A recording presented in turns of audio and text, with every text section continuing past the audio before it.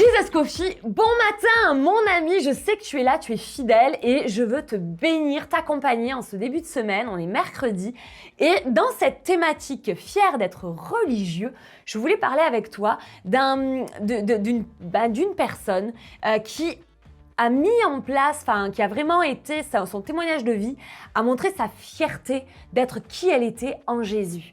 Et ce matin, vraiment, je voudrais t'encourager à ça. Je voudrais te parler d'une personne qui s'appelait Marie Durand. Est-ce que tu connais cette personne-là? Je pense que tu connais. Il y a eu à un moment donné des guerres entre le protestantisme et le catholicisme sur des, on va dire, traditions que les uns ne voulaient plus et que les autres continuaient de vouloir. Et cette femme-là, elle a enfreint la loi et elle s'est dit je vais organiser une réunion de maison chez moi et on va prier Dieu et on va même si l'extérieur est contre nous, on va résister et on va continuer à prêcher la parole. Et qu'est-ce qui s'est passé? Elle a été arrêtée. Cette réunion s'est arrêtée, elle a été elle-même emprisonnée dans une grande tour qui s'appelle la tour de Constance, que tu peux aller visiter si tu veux. Et elle a été emprisonnée pendant 38 ans. Et pendant ces 38 ans, il faut se dire que cette jeune femme, c'était une jeune femme en fait.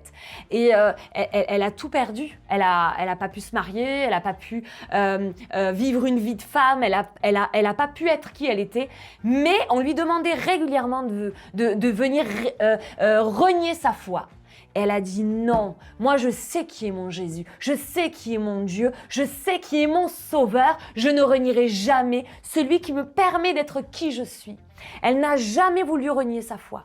Et pendant qu'elle était enfermée dans cette tour de Constance, il y avait d'autres femmes, elle n'était pas toute seule. Et il y avait d'autres femmes avec elle. Et pendant qu'elle était emprisonnée là-bas, elle encourageait ses sœurs. Alors qu'il y en avait qui pleuraient, qui étaient malades, qui étaient dans la difficulté, elle les encourageait, elle prenait soin d'elles. Et la troisième chose qu'elle faisait aussi, c'est que quand elle recevait de la part de ses sœurs, de la part de sa famille, des cadeaux, même des fois de la nourriture, elle était reconnaissante. C'était des choses qui ont fait d'elle qui elle était. Elle a été libérée. Donc au bout de 38 ans, elle a été libérée parce qu'un homme est venu visiter, a vu la condition de ces femmes et a dit « Moi, je me lève contre l'injustice. Moi, je me lève contre ça et je mets ma démission. C'est soit elles sont libres, soit je démissionne. » Elle a été libérée.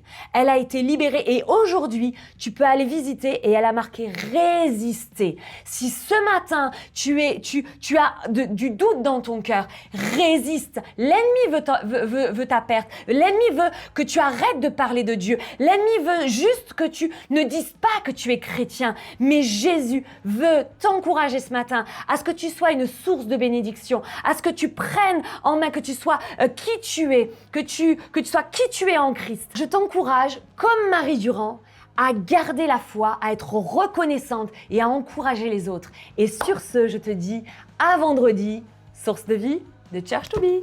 Sois béni.